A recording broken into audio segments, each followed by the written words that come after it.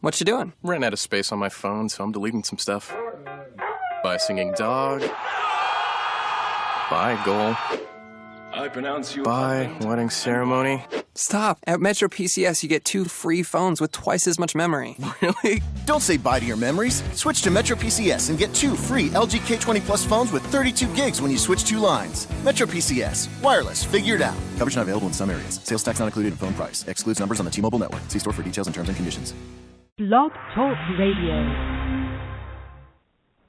Good afternoon, everyone, and welcome to Sin's Chat Corner. Of course, Sin is running late again. What a surprise. It's 1 o'clock, and she's supposed to be here, and you wouldn't believe what I just did in the last 2 minutes with my children.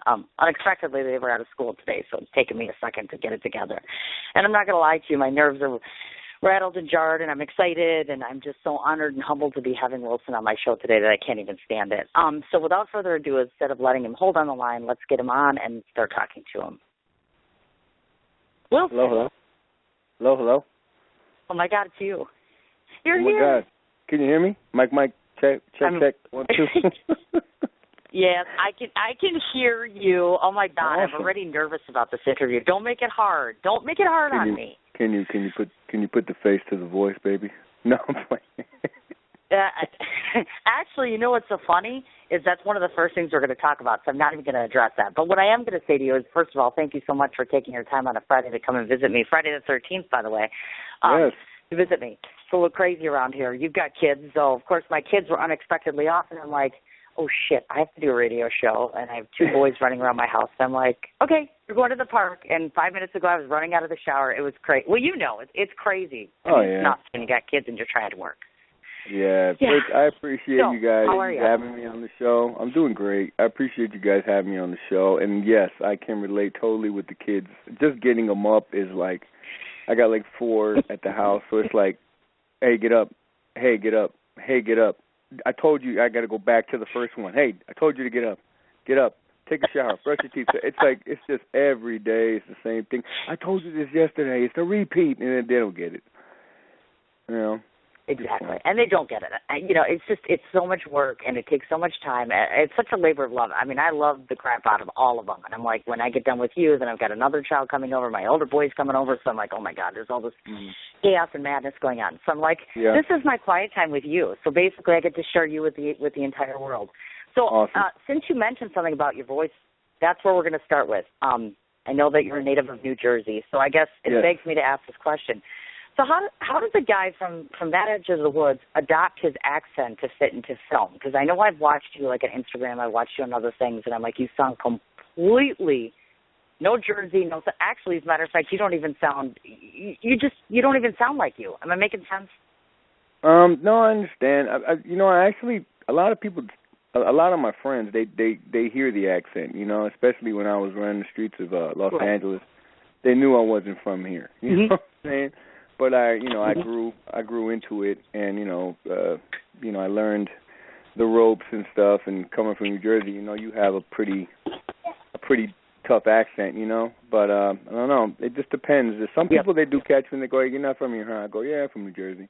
They're like, "Oh yeah, I can hear it." But other people, I was like a chameleon. I just knew how to fit in. I always did that, chameleon thing, and always fit in places, and I was acting, So I don't know. I guess I was acting since I was I was young. I was always wanted to be with the crowd and run around, and you know what I mean. And so, and then they would tell you exactly too, what you mean.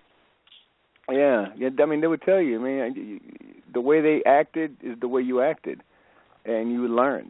So it's almost like you would learn in the character. So I was like, yep. That's the story there.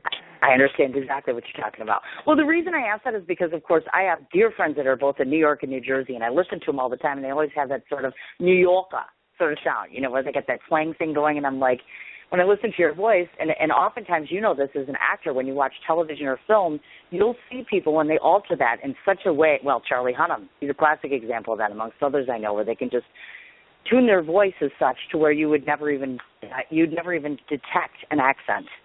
Right, and I think it comes and goes with me and stuff. I could definitely get into character and talk like I used to, go over there, talk all like that, But I don't know. I think it's gone away as the years go. It hasn't gotten as bad. I don't even think I had it that bad. It's just so different from West Coast accents. Yeah, I don't think I ever had it like New Yorker. Hey, what? Get out of here. You know, I mean, it was. You know, I think it was bad, but it wasn't like that. And I think as time went on, it kind of drizzled away. But still, you know, I talk to my sister every now and then in Jersey. She got a little bit of an accent. I can hear her. When I hear her, I go, yeah. You know what I'm saying? So. Yeah, I know exactly what you're saying. I do. I totally get that. That's why I'm like, okay, I'll go ahead and I'll ask. And now, of course, because you're obviously currently located in, and I want to say it's La Puente. Did I say that right? Yeah, La Puente. It's a small suburb of Los Angeles. It's right outside of Los Angeles, about 20 miles away.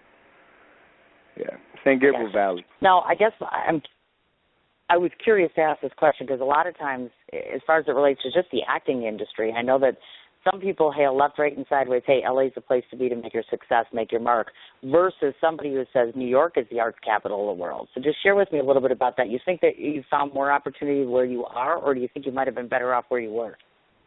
I mean, I think it was God's choice, you know. I mean, I don't know. I mean, I always think, I go, well, you know, what kind of life would have led if I stayed in Dover, New Jersey, which was a small community, and you know, people went to college or people just had factory jobs, and you know, that was it.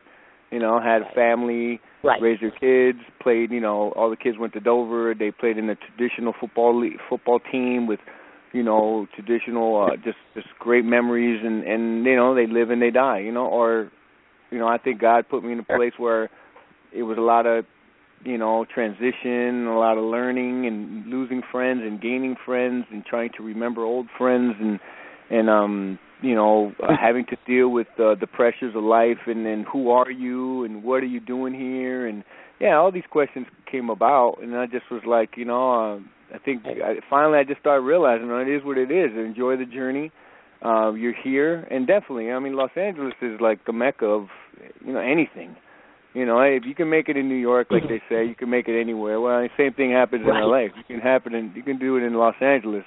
Everybody comes to Los Angeles, you know, especially people who want to act or do entertainment, and you know what I mean. So definitely, exactly. Came to realize that stuff. You know, just there is huge opportunities in Los Angeles. You know, you just got to watch out because as much as there is huge, there's also huge pitfalls, and you have to be super careful. You know.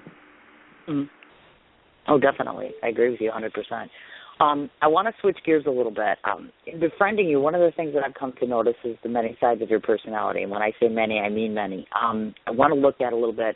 I just hugely applaud you for your deep-rooted respect for your partner, for your pals, for your progenies.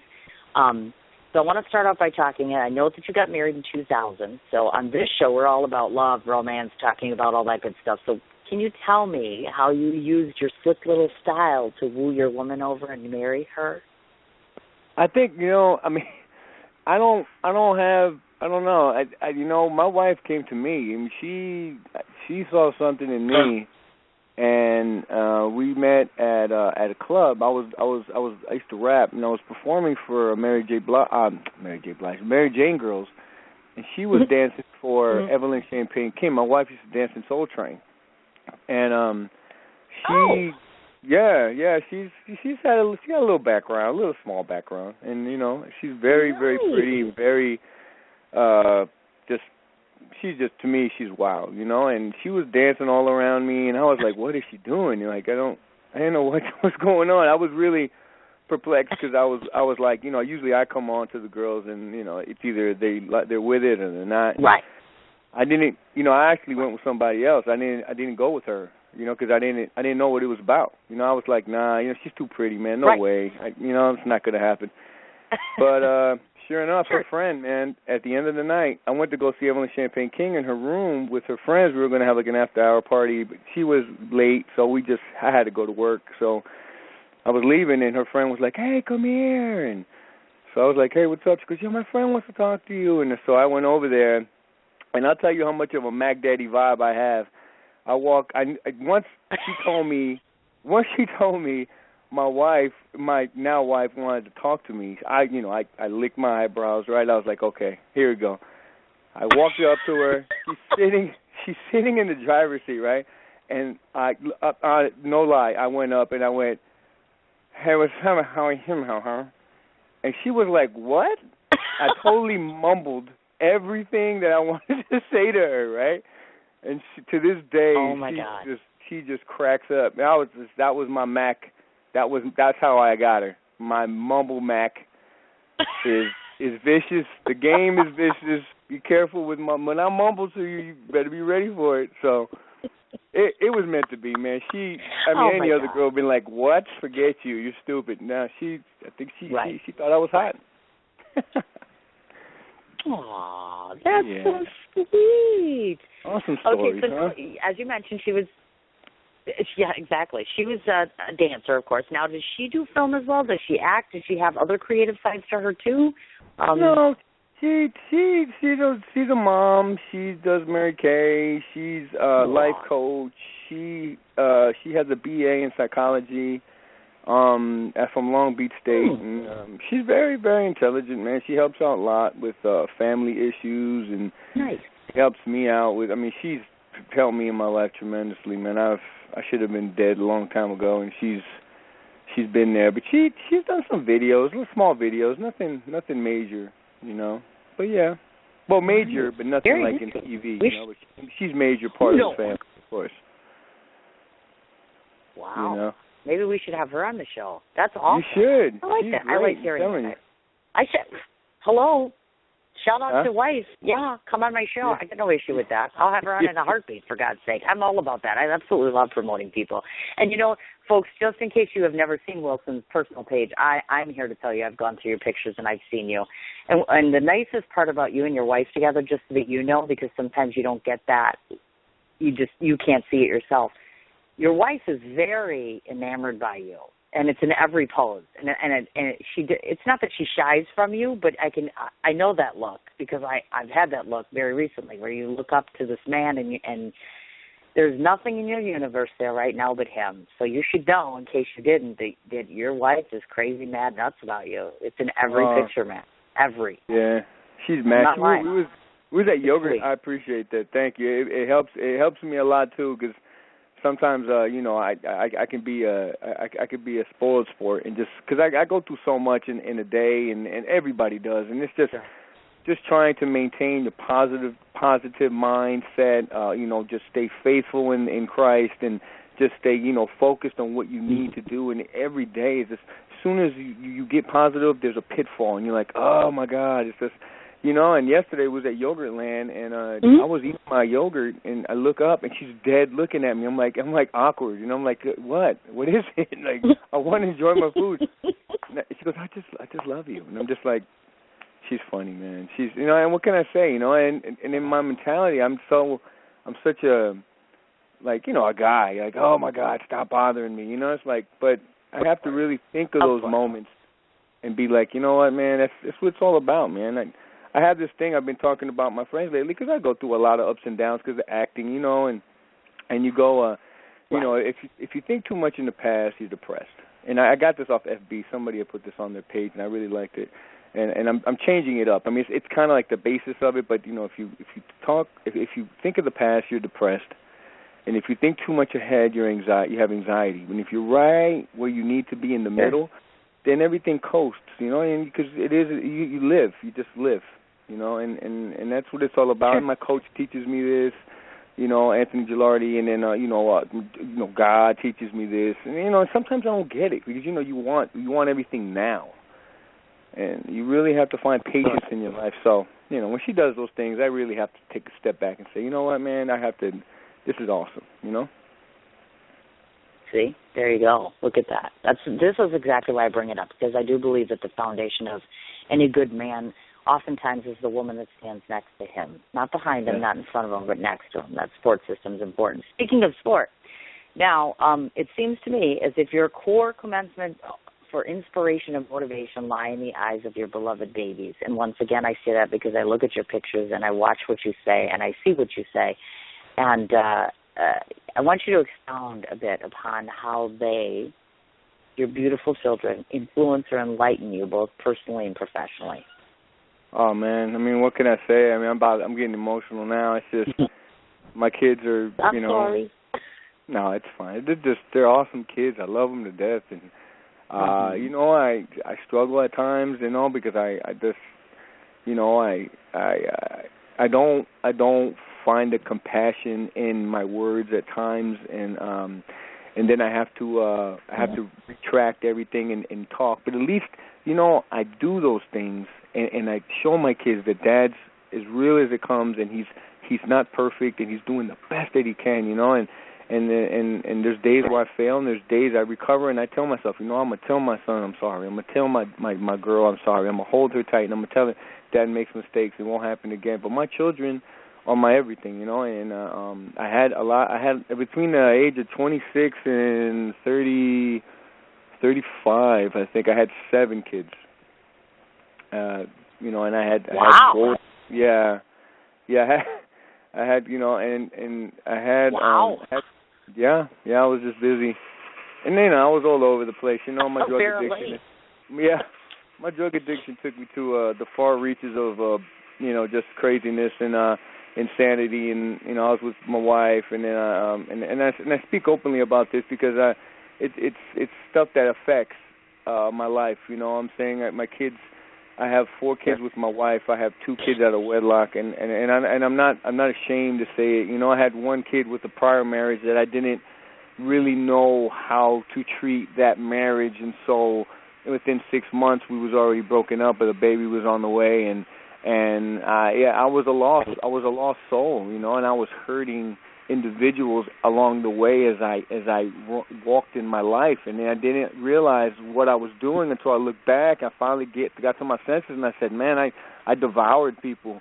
I used them for whatever, and now I understand why my ex-wife hates me so much, or dislikes, who I am, and what I was, and to this day, she probably has nothing good to say about me, but amen, it is what it is, and but my children, my daughter, the boys, when I had the boys, I was still pretty crazy. Even when I had my first daughter, I was still pretty crazy, but when I had my daughter Spirit, the one you see me with all the pictures, I told myself, oh, you know what, I was already a year into, another year of addiction. She was a year old, and I told myself, I can't keep doing this. I don't want her to see me like this, because she's awesome.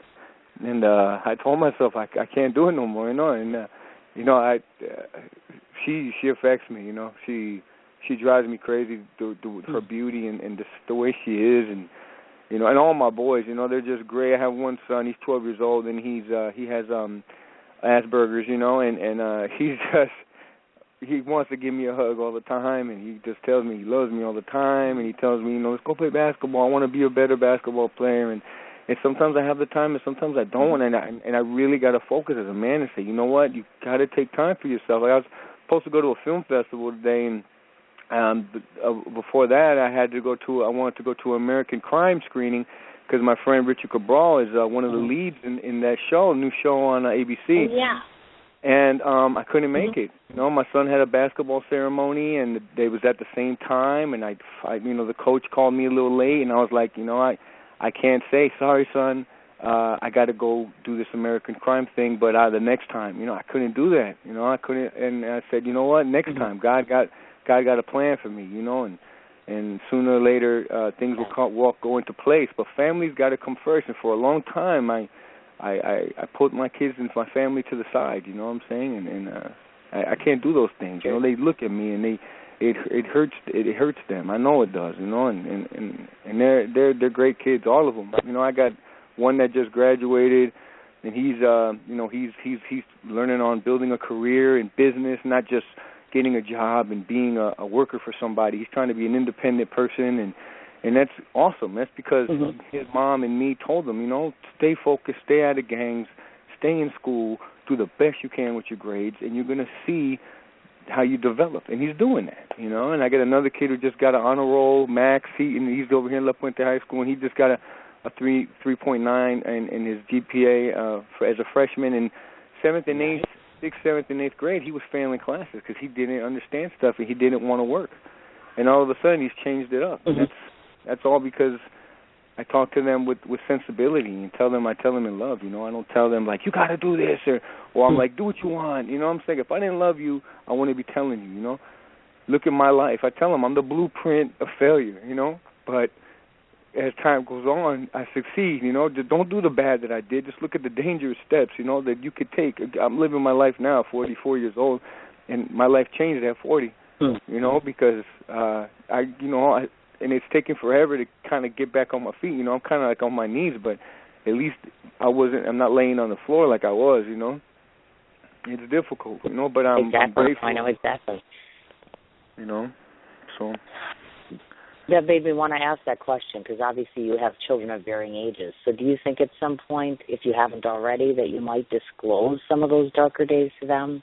I mean, not to taint their picture of you, but just to warn them or to protect them. Do you know what I'm trying to say? Because some parents well, you know, I don't pride myself on looking my strengths only. I pride myself on looking at my weaknesses and look how I get out of those weaknesses. And I have to relate to them. I think the thing about families is, and I learned this a lot from like I said, my coach, my people in church, you know, my fellowship. You know, you have to relate. If your boy gets in trouble for stealing, before you say anything to him, you have to tell him, okay, was I stealing? Did I ever steal? I stole. I got a petty theft on my criminal record because I wanted something and I had money in my pocket. So what was the reason I stole? You know. But I also tell them, okay, right. I relate, I understand, you know, but you gotta be careful because, you know, once you're in the system, you're in the system, and they can fingerprint you whenever you want, whenever they want, and if you come up, then you come up, you know. So you have to really be careful. So I really have to relate with my children and tell them, you know, I made mistakes and I bounced back. Don't make mistakes that's going to carry so far into your life that you have to recover for years. I always tell them that, you know, and I base that on, yeah, Dad's awesome. You think I'm awesome, but look, this is Dad's weaknesses, you know. Sure, I understand completely, definitely. That's why I figured I'd throw that out there. And then before we move along to that, I just want to, because another side of yourself, which most people may not know, is, of course, a strong sense of spirituality. So if you could kind of share with us how that's provided you both strength and solace in your life, both before, obviously, when things were darker and now. Well, you know, I think Christ in my life, you know, having God and having faith and believing that He died for my sins is major. You know, there was a time in my life where I was, and you know, I have a lot of lukewarmness to me. You know, I still am a prideful man. I like to do things my way. I don't like to. I feel like sometimes when they tell me things I need to do or focus on, I feel like, you know, they're pushing me in a direction I don't want to go, and I can give off a road. I could be a roadblock, you know. I could put up a wall and be like, you know what? But I think as time goes on, that's softened, you know. I mean, you know, there was a time in my life where I was singing leading songs in the choir, and I was high. You know, I was high on drugs, you know, and, you know, I'm not proud of that, but that's my life. And I tell my story, you know, and the counterbalance of being living a double life, you know, being in the streets and then going to church and being in the streets. And that's because I wasn't in the fellowship, you know. I was going to church, but I wasn't really having, you know, discipleship time and stuff that's really going to keep you grounded. You know, I go to NA. I'm 5 years and some months clean, and you have to have a sponsor. You know, if you want to do it the right way and work steps, which I struggle with. You know, and my sponsor will tell you, you know, well, Tony don't do them steps. He needs to work on them steps. You know, it's like, and they know why. You know, it's because, you know, faith is major in my life, and sometimes it's just like I see people doing stuff that that I want to do, you know, and stuff like that, and it's just like I don't know. Sometimes it's a big. It causes struggles, you know. It causes struggles for me, you know what I'm saying? Because people in the entertainment business, they do things, you know what I'm saying, and I want to do certain things and stuff, but I can't, you know what I'm saying? I have to stay with what I learned and stuff, and what's right and stuff, and what people look at, and I don't want to be I don't want to be a problem for anybody where, you know, well, he's a hypocrite and this and that, you know, and I do things at times where you could call me a hypocrite because it's difficult, you know, but in God's world, you know, he knows that they're going to call you that. He knows that you're going to fall. He knows that you're going to get up and carry your cross. But do other people understand that? No, they don't understand that. But that's what you have to deal with, you know.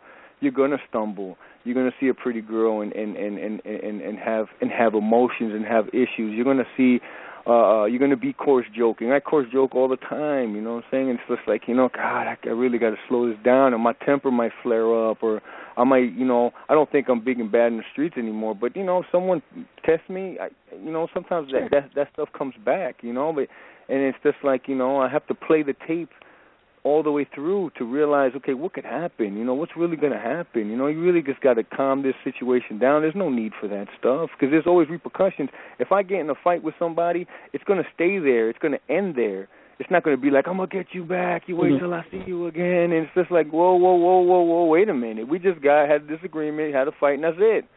You lost, and that's it. You know, not like don't come back with repercussions. It's like, come on now. You know, I got family. You know, but so it's a lot of different things, you know, but I know that God has me in the right place, and not everything is going to make sense to people. But if it makes sense to me and it makes my Lord happy, then that's what it's all about, you know. Of course, definitely. And that's a perfect intro because you cut ahead of me just a little bit. So now that we're on the subject, I want to say just a little bit here.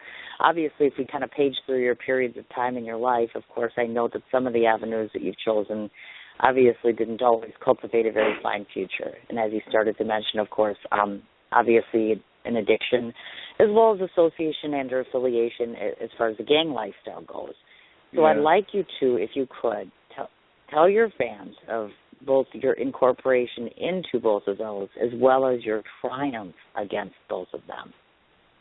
Yeah, well, you know, to go into that, I have to say that I was pretty, you know, I didn't do the right things in high school. I didn't prepare myself mentally for the adult world, you know. I still was a kid. There was still things I was missing that I felt that I needed, but I didn't know what it was. So I know I needed, what's the word? I wanted people to accept me, acceptance. I wanted acceptance. I wanted people to love me and say, you know what, look, I love, you know, Tony. You know, they call me Tony in the streets or Lefty and stuff. But you know, I have a bunch of names. I'm sorry, but you know, but I didn't. I wanted them to love me how I thought they wanted me to get loved. Not love me like I am now. Like, I'm just me. I'm a nerd. I tell myself I'm a geek burger with cheese, and everybody's like, ha, you're so funny. And that's okay because it's me now, you know. But back then, you know, I mean, I remember when I first saw Colors was back in the early 80s and stuff, late 80s. And I was like, whoa, Colors, man, Sean Penn. And, oh, man, that movie was awesome. I said, but when am I going to go to L.A.? I'm never going to go to L.A. I'm never going to see that. Well, when I was in Texas, we used to have the Divine Crew. And then when I was in Pennsylvania, in New Jersey, we had a breakdance crew called the Lady Lovers, and you know, I hung out with the blacks, and it was against the Puerto Ricans, and we didn't, you know, it was a big old thing, and you know, you know, and then when I went to Pennsylvania, we had like the Northside Posse. It was more like, you know, like a little crew with rappers and stuff like that. And then when I moved to LA, you know, I was drinking already. When I was drinking more for effect. I was trying to get buzzed quick. You know, I was trying to get hammered and feel it. Right. I wasn't like social, like, hey, so how you been? Sip, sip. It was like guzzle, guzzle, guzzle. You know, like, I don't feel nothing. Give me another one. So it was just binge drinking, you know. And when I came to L.A., man, I met some friends, and they introduced me to the neighborhood that I ran with. And, yeah, I really liked who they were, man. They was cool as a fan. They didn't jump, they didn't move, and that's a lot of that East LA type society. Them type of dudes, they don't flinch. They don't move for nobody. They get up when they're ready, and they're dressed to a T. And it was like, whoa, these guys is cool, man. Like, real cool. Like, they'd iron their clothes for like 4 hours. You know what I'm saying? Like, I'm gonna go to a party. What time are we going? my 7. God. What time is it now? It's 3. Okay, I'll be there in a little bit. I go, and they're still ironing their clothes till 6:45. I'm like, what are you doing? And man, Right. it was just a style. It was a culture. It was like, man. And so I gravitated to it to the fullest, And plus, I wanted to be powerful. Obviously, I wanted to be powerful. I wanted to have attention. Mm-hmm. I wanted to command a presence. And what other way than be in a gang? I don't know. It just happened. And next thing you know, one day I just was too drunk to go home. I had to go to work because that's what I did. I balanced everything somehow. As weird as it was, had to go to work. 2 hours of sleep, 1 hour of sleep, drunk as hell. Got off of work, went back to the hood. Got high, got drunk, had to go to work. So I always had to do these two things back and forth until later on in life I just couldn't keep it together, But I used cocaine. One time my friend was like, you can't drive? I said, nah. He goes, here, hit a little bump. Hit a little bump. And I said, nah, I don't know, man. All that stuff, man. So I tried it and forget it. It was, it was over once that happened. It was like, I just locked right into the mix of that culture as soon as I took my first bump, and it was like I was doing it for years, it was natural. It was nothing. And that's how it started for me, man. And it lasted. I went there 90, 91. And I saw a lot of things, man, in those 10 years, and it was pretty impacting, man. It was pretty impacting, seeing a lot of murder, a lot of jail politics, a lot of people coming out of jail and calling shots. It was scary, man. I'm not going to lie to you, But you had to hold your water, so to speak. You couldn't show weakness. You couldn't, you know what I'm saying? I mean, I don't know what else to say about that. It was just I didn't, there was nothing. It was, man, it was violence. I mean, it was crazy, man. It was a crazy life, my crazy life, mi vida loca, they say, It was out there, sure. man. No. I imagine so, definitely. And, now in modern day, of course, we're finding more and more that our culture is just being crippled, this increasing epidemic of addiction. And so I wanted to ask you just your take on that. What do you think is the capital cause at this point? Because it just seems as though, especially this heroin thing that's been going on lately, it's just running rampant all over the place. And so I'm like, where do you think all this is coming from? I mean, I know it's out there, but now it's just really a raging epidemic. I mean, well, you want to know, why people do it? Or why, or what where I'm it's trying coming to from.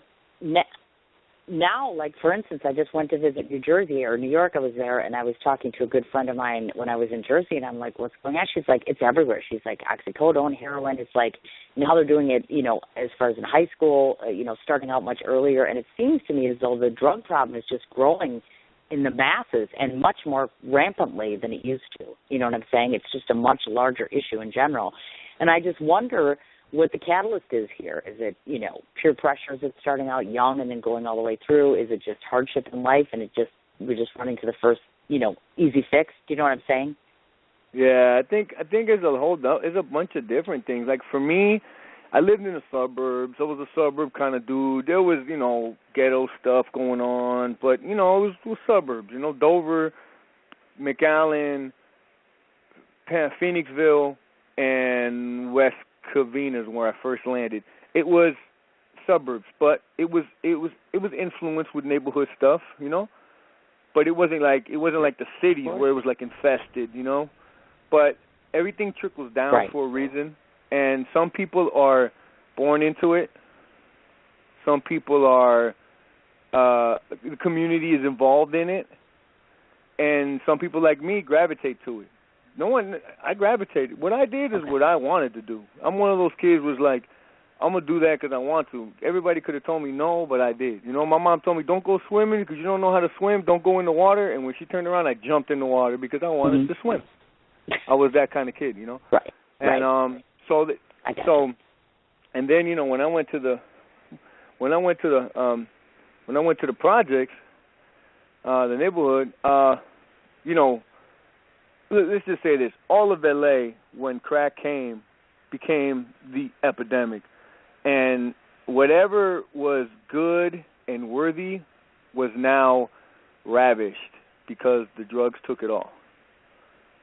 There's a supply and demand, in not even Los Angeles, but in the United States alone, the supply and demand of drugs is higher than any other country in this world. So the influence of cartels or drugs coming in it's a no-brainer. And then you got these young kids that want to make money, or get lost because they're not having a good life, or woe is me. I was a woe is me kind of kid. I had a good life, but I wanted more. I felt like I wasn't taught the right way. So I try and teach my kids the right way as best as I can. I teach them the good and the bad. I don't hide nothing from them. I try and tell them this is this is that, not like, oh no, everything's great, everything's fine. I don't do that. You know what I'm saying? If there's a problem going on, we talk about the problem. We don't talk about no, nothing happened, everything's fine, it's cool, nothing, everything's great here. Next thing you know, it's like the kids ain't learning nothing. And I think kids miss things, and I think they whether it's parents or misfits in society, and they'll do what they have to do to feel cool, and they'll either use or they'll sell. There's sellers and there's buyers. I was a buyer. There's sellers, right. But then there's sellers and buyers because sometimes you sell enough just to make enough, just to smoke enough. You know what I'm saying? You're not a millionaire, but you make some money to pay the rent and stuff. But then you have your little stash to get high, and you do that because you're your own drug dealer. So you sell to yourself, But you make enough money out in the streets to where you can do that. So I don't know, and it gets worse and worse. I mean, the flood of drugs it's big business. It's billion-dollar business. I'm surprised they don't say trillion-dollar business. It's huge, and it just takes over everything. It's like I watch some things on TV at times, and the suburbs of anywhere are now affected. The country where farmers are at and stuff, where you never thought they did their drinking, but now they have drugs over there. Like and it comes quite easy. It's not like they're going to take 2 weeks to get it. I mean, they got people, you can get your drugs easily. You know what I'm saying? And it's just what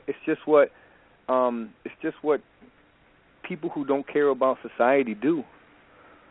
They think money, They're not worried about the casualties. They're not worried about the casualties, That doesn't matter to them, And even the people that are involved, they don't realize, they're so caught up. I mean, even if you're high, if you're a person that gets high, whether your emotions are not there. They can't be, because on top of selling drugs and making money, there's people who want to take your spot. You have to be aware of that. There's no emotions when it comes to that. You have to be ready. It's not just selling drugs and going to sleep. Some people with selling drugs and watching what's going on. Could be the cops coming after you. Could be your phone friends coming after you. It's a crazy life. Yes, I bet. Well, the last question I have in reference to that, and then we'll move on to a completely different direction, is I'm just wondering if you would have any advice, and you're a good person to ask this for. I have, to those of us who might know someone or have a loved one who suffers from things such as addiction, what advice would you give to someone to help their loved one, or what can those outside people do to help to fix the situation, to deal with addiction, things like that? What can we do? Because a lot of times outside people have loved ones and this affects them, and you just feel powerless because, you're not feeling it, you're not experiencing it. You know what I'm saying? So is there anything that we can do to kind of better things for people like that?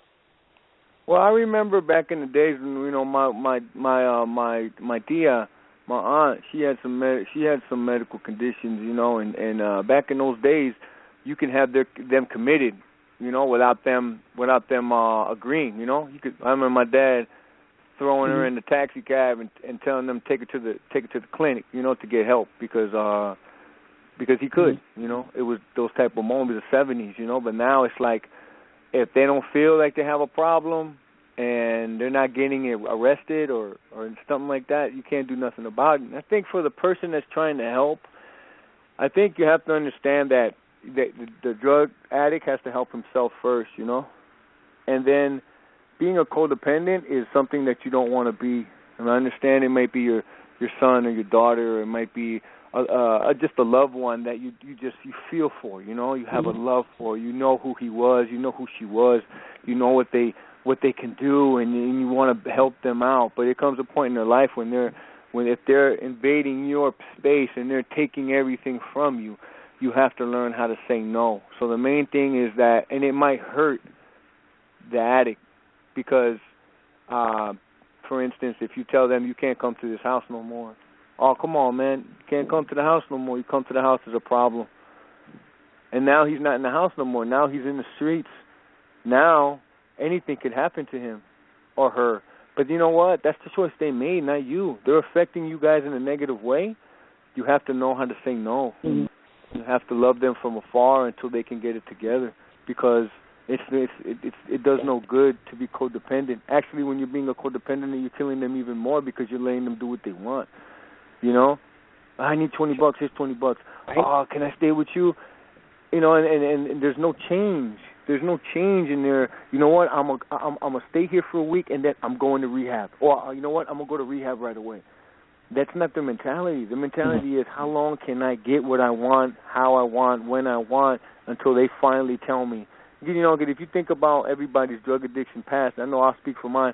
I closed many doors until that last door I couldn't, you know, it closed on me. My wife said, you know what, that's it. I remember my evangelist told me, well, you know, your wife's never going to leave you. She loves you to death. And I used it to my advantage because I knew I could get away with anything. She'd take me back in a day or two. You know, we'd make love or whatever, and then you know, back to the same old grind. I promise I'm not going to do this. I'm not going to do that. Whew, I'm so grateful I'm back. Next thing you know, I'm itching to go out. I'm not getting any type of real program, and I'm back out. And I'm back out because I'm white-knuckling it, you know? And so the main thing is you have to be not a codependent, and you have to know how to say no and turn your back, because it has to be done. It's hard. It's not easy, but like I said, it has to be done. And then sometimes something fatal could happen. But you know what can you do? Either way, you're killing them or her. You know what I mean? I hear you. Yeah, I know exactly what you mean. Thank you. All right, now we're going to switch gears completely because, truth be told, I'm going to tell everybody that one of your primary passions, of course, the music side of things, which is what you were starting to talk about before, rap rhythms hold your heart in part. And previously, I know that you've done work before and played with Latin Bomb Squad and the Suspects, among others. So I have a couple questions relative to that. First of all, do you find music to be more or less of a release for you in some ways? Because sometimes people use that creative outlet for that purpose. It used to be. I write some spoken word now, but I don't do no rap music and stuff like I used to. I just feel like I write some stuff here and there, but I don't put it on wax, you know, because I feel like if I do, it's going to sound too preachy or too positive, because I don't talk that street stuff no more, you know, because I'm not part of it. When I was part of it, I wrote about it. When I got clean and I was still in the street, I didn't write about it no more. I actually got writer's block because I didn't know what to write about no more. Because I didn't want to say, okay, I'm not in the street, but I'm gonna write about the street. That to me, if I heard that from somebody, I would think fraud. You know what I mean? And I couldn't do that. And I was like, I can't do that, man. I'm gonna get made out, you know. So I was like, you know what? I left it alone. I left it alone. I just wasn't positive about it, you know. I was like, you know what? And then I started, you know. My wife is a big influence, too. She used to say, are we really going to listen to that song? I'm like, yeah, what's wrong with it? She's like, hoes and girls and F and this and cocaine and this and that. My kids are in the car. She's like, are we really going to listen to this song? I'm like, well, okay, fine. What do you want to listen to? You know what I'm saying? So, yeah. She's like, you know, she's just a major influence in my life. I sometimes I'll listen to stuff on my own in the car with my kids, and my kids will be like, Dad, I'm like, shh. Don't tell your mother. You know, it's like that cigarette. You just want to get, you just want to get a little bump. Let me hit a little ciggy. Right. You know what I'm saying? Don't tell your mom. It's like, stuff like that. It's just, but yeah, it's still a gateway. It's still an outlet at times, especially when I write. When I get to write, no matter what, I write about emotions or feelings of past and what I'm doing now, and I really get dirty with it, and I get open, and I just it's a great feeling and stuff. The music's always going to be. If I hear a good song, a good beat, and a good verse, oh man, it takes me back. It just feels great. Drake is one of my favorite ones right now and stuff. I think he just the way word plays, even Lil Wayne, he word plays and does things. I enjoy that. Cool. Now, I was bouncing around looking at your MySpace link because there's that out there, and you have the Guilty Till Proven Innocence, that title that's sitting on there. And so I'm just wondering if you could talk to the folks a little bit in case somebody didn't know that you were on the musical side of things. Tell us a little bit about that as far as that type of music, the style, all that good stuff. Can they go on and listen to it if they want to check out some of the stuff you put together? On MySpace? Is that page still up?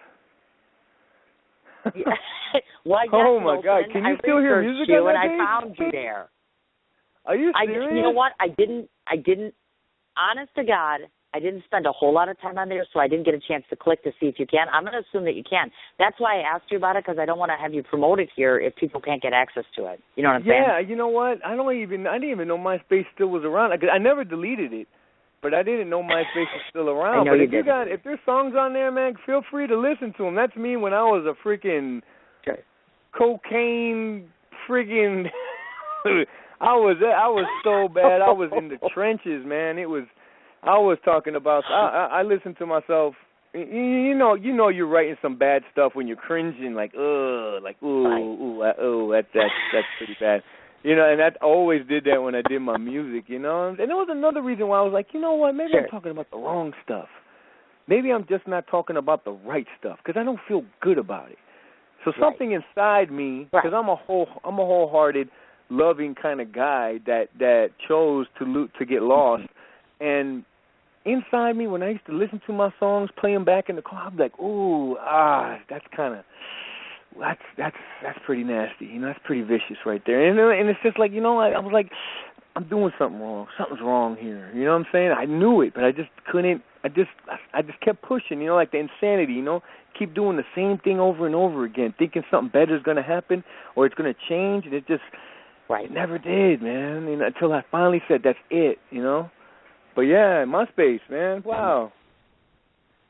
Awesome. See, I love Guilty Till Proven Innocent.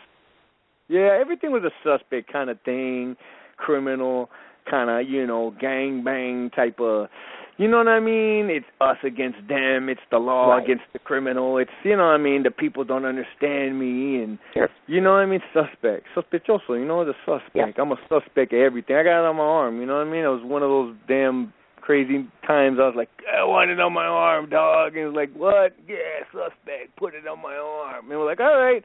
And then I was like, what the hell am I doing with this big-ass thing on my arm? I was like, Christ. I think out of all 30 of my tattoos, I think I like maybe 2. Oh. The other 28 is like, what the fuck was I thinking, man? You know what I'm saying? Exactly. It is what it is, I know, man. dude. I know exactly. Yes. I agree with you. No, and I know what you're talking about, that writing component thing as far as that stuff, because I write all the time. And, yesterday or the day before I had written, I think I wrote probably the most beautiful thing I've ever written, and I just felt I was completely miserable and devastated, but I'm like, this is so beautiful. So I know what you mean. You can tell the difference between positive and negative when you're writing something out. But I just thought I'd throw that out there because, like I said, I didn't know if you still promoted that or if people even knew that existed. Because I'm like, that's so part of you. It's still up. If it's still up, and you know the link, then put it up. Just say, hey, you know what, this is because it is history. It is history, and then people, I can always, can always say, hey, you know what, Wilson did music, it's pretty cool, but it, you know what I mean? It's like it's not what I don't unpromote myself. I promote myself, and if people have questions, I let them know what I'm about now. But I loved everything I did. I wouldn't change a thing about my life. You know what I mean? It is what it is. Cool. You know? Exactly. It is what it is. You're right. Okay. Well, now we'll move along from the music. We're going to talk a little bit about now. Solid, in my opinion, solid studying of your craft is kind of an ongoing necessity to kind of nurture your own occupation. And I know that you attend the Anthony Gallardo Acting Studio, and you're also taking part in the short film Death Cry. Yes. So, 2 questions here. I want you to, for me, list the top 3 tips that were given to you by the acting studio that kind of attributed to bettering your acting skill. And then second of all, just discuss first, if you can, Death Cry, including any idea when that's going to be completed? Okay, Death Cry, I'll start with Death Cry. Death Cry we did about a month ago. Okay. I talked to the director by text. I hit him up to see how he was doing, and he told me that Death Cry is moving along nicely. So I'm thinking they're about maybe a third of the way, 2/3 of the way through. I'm not certain. So we should be, I think in the next 2 months we should see something. I'm hoping. You know? Right now they're putting the music together and you know, and all that stuff. So about 2 months, you know, definitely I'll be promoting it, so you'll get to see it, and you know, if you want to tell people and stuff. And then with Anthony Gilardi, I mean, he's just a blessing, man. He's an incredible teacher of the art, you know, and I think the main things that stand out to me is he always tells us be human. You know, audience is not going to believe a person that's acting. He says the word acting is. He said it's acting, but it's not acting, because if you're in the moment, then it's what it is, and people believe that more than they're going to believe you acting. They're going to see that sooner or later. You ain't going to be able to act your way out of anything. You have to be believable. You have to do your research, you have to do your process, and you have to become the character. Once you become the character, then, you know, all you have to do now is just be. And those are the main things that he teaches us and stuff, you know, and you know, I mean, I latch onto it, you know, as it's in all seriousness, because he teaches. You know, I don't want to be. One thing about me is, you know, I don't want to be a background guy. Yeah, I look like a bad thug and, you know, evil, you know, guy, but I want to be known as an actor, an elite actor, a person who knows what he's doing, a person that can bring emotions and can fill up a movie and make people feel good, feel bad, understand this, I want to broaden my horizons. I just don't want to be okay with just background work or 1 or 2 lines. And I want to be able to carry a movie. I want to be able to be known as one of those people that say, you know what, we get him in a movie, this guy's going to be ridiculous. That's always been I'm an artist. I've always been like that, you know. I remember I told my mom a long time. You know, it's funny because my mom tells me things when I was older and as I was getting older. I'm like, Mom, will you shut up? Like, she always told me, Tony, you are beautiful, important, and worth it. I'm like, shut up. But now I take that so serious. And I tell everybody now, right? I'm like, hey, bro, you're important, beautiful, and worth it. And I'm like, what the fuck? I'm like, just take it.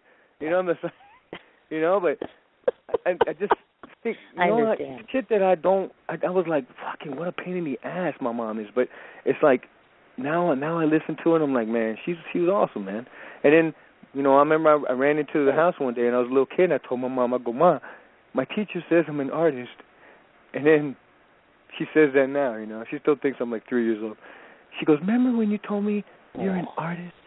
And then she'll talk to people, and she'll say, my son, when he was small, he said, his teacher said that I'm going to be an artist. And I was like, and it's true, man. It's, you know, I was always into that stuff. I always saw myself in a movie. I was going to get in a fight. It looked like a movie. I saw playing a basketball game. It looked like a movie. Everything was like a movie to me, you know? So, yeah. Of course. So Anthony, I know exactly what you're talking about. I do. Yeah. And Richard Cabral comes out of that school. Sonny Ayone comes out of that school. We got, who else comes out? Luis Marquez. He's been in and out of that school. Carlos Ayala, Joey Abril. There's Anna, I forgot her last name. Diop. Diop. She's on a new show that's coming out. It's called The Messenger. I don't know if it's out already, but she's a lead. She's got a lead in that, and so that's a TV show. I don't know what network it is, but there's a lot of good actors there, and I just was like, you know what? I want to be here. I want to be here. Exactly. Hey, before I forget, I wanted to ask you about this because you didn't answer me this. Speaking of filmmaking, I put a note up on your wall, and I don't know who the name of this guy is, but I sent you a note that said there's a friend of yours that you're trying to promote his independent film, and I said to you it has to do with Chicago and the Mafia or something like that, and I'm like, tell that guy, I interview those guys all the time, they're friends of mine, and I'm like, you know what, I could probably help him. So I don't know who this guy is, so I'm like, I should ask him. Who's is it this Charlie guy Wagner? Is it Charlie Wagner? Maybe that's it. Charlie. I met Charlie on FB, man. He was one of the guys, along with Jesse Pringle. He's doing Kill 'Em All Los Angeles. It's like a web series and stuff. But he's one of the guys, along with Charlie, that hit me up on Facebook, and they told me. And I say this because I love these guys, man. And it was like, I don't know what I'm gonna get you in, but I'm gonna get you on something. I like who you are, and I'm just like, you know what, man? That's freaking awesome, dude. Because I remember when people didn't even want me in their fucking house. You know what I'm saying? They hated me. They're like, can you leave? I'm like, but I thought the drug dealer was coming.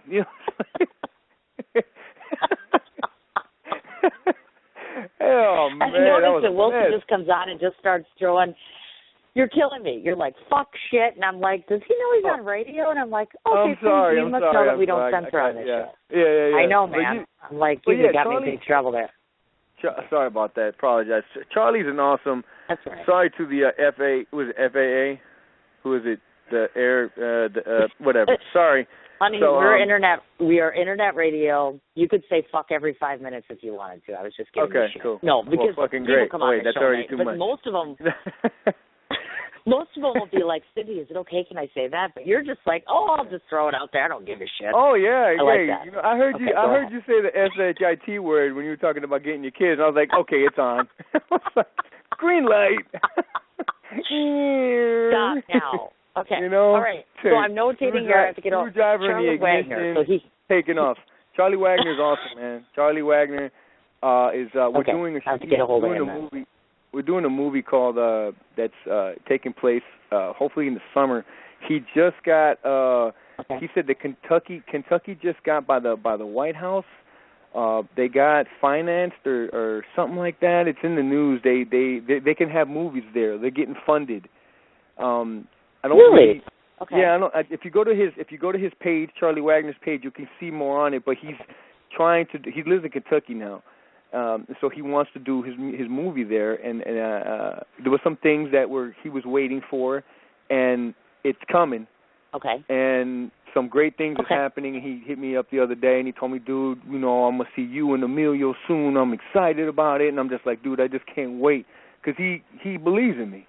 And if he believes in me, I'm going to give him everything I got to make this awesome. And, of course, build a friendship, because, I know Facebook is, you get friended a lot by a lot of people, but there's some true, heartfelt, wholesome type of people that just really use the FB for a great purpose, and it's just, yeah. So we got Offsides coming in 2000, I want to say 2015 or 16. Yeah. Okay, got it. All right, cool. Charlie Wagner. All right, we're going to switch again, and we're going to talk a little bit about your trifling in theater, because you had done Short Eyes and In Arabia, We'd All Be Kings. So I have a question on that, because I've noticed a lot of times, like your A-list celebrities, et cetera, they'll flat out say that they prefer the theater versus doing movie or TV acting. So I just wanted to ask you your preference in terms of, since you had theater experience, how does that compare in terms of TV, film, et cetera? Is that something that you'd revisit, or do you continue to, or are you like, yeah, one and done? Well, I do it a lot. I do it a lot at class as well, because we put up a lot of scenes, and he teaches us a lot of like Miguel Pinheiro and Stephen Allen Gurgis. It's a hood type of dudes that came from the hood, and they talked about the hood, and they're from New York and stuff like that, and he wanted to penalize our brains, you know what I'm saying? Especially guys who don't want to hear Shakespeare, ain't ready for this and that. He gives us these street type plays with a lot of emotion and just a lot of grit, you know, and we gravitate to it. And so I think it's awesome, you know. Plus, you know, you're in front of a crowd. You know, when you're it's the same thing. The only difference is in acting and TV or film is you have takes and you have scenes and you have to switch the cameras. But you still perform. You know, there's the sound man, the director, the producer, the line coach, all kinds of people that are there watching you. Whether they're watching you or not, they're there, and you have to perform. And same thing, theater, you're performing in front of people, they're watching you. It's the same thing. There's no real difference. The only thing is theater, one chance, and that's it. You get it, you don't get it, you move on. Right. You know, when we're acting in film, it's like they want the shot, so they're going to do it 4 or 5 times each take, and you'll be running it, you know, throughout the day. You know what I mean? So, but I love theater. I think it's I know great. exactly what you're talking about. I get it. Yeah, and I love theater. I think. Okay, now we're gonna. Oh, move on. We're moving on. Finish up. Oh, what? Okay, what? We're moving on then. We'll move along. I was like, what's going on? No. Truth, I know sometimes this happens too, because I'm like, okay, should I stop? Should I wait? Are they done? And then all of a sudden I stop, and then they start talking, and then I start talking, and they start talking. So sometimes it's a balancing act. We'll get this dance yet. Now, there's a couple of things that I want to tell people about that they probably don't know about you, and then we're going to talk a bit about Sons of Anarchy, because there's a reason for that. First of all, I bet most people did not know that you tried out for the Philadelphia Phillies minor league team, and you actually made the first round of cuts, which I apparently think is awesome. Dude's an athlete. Dude, my brother, you know what? I ain't gonna lie. My brother was the better athlete. That guy, he was amazing. Let me tell you about my brother real quick, because I think I worship.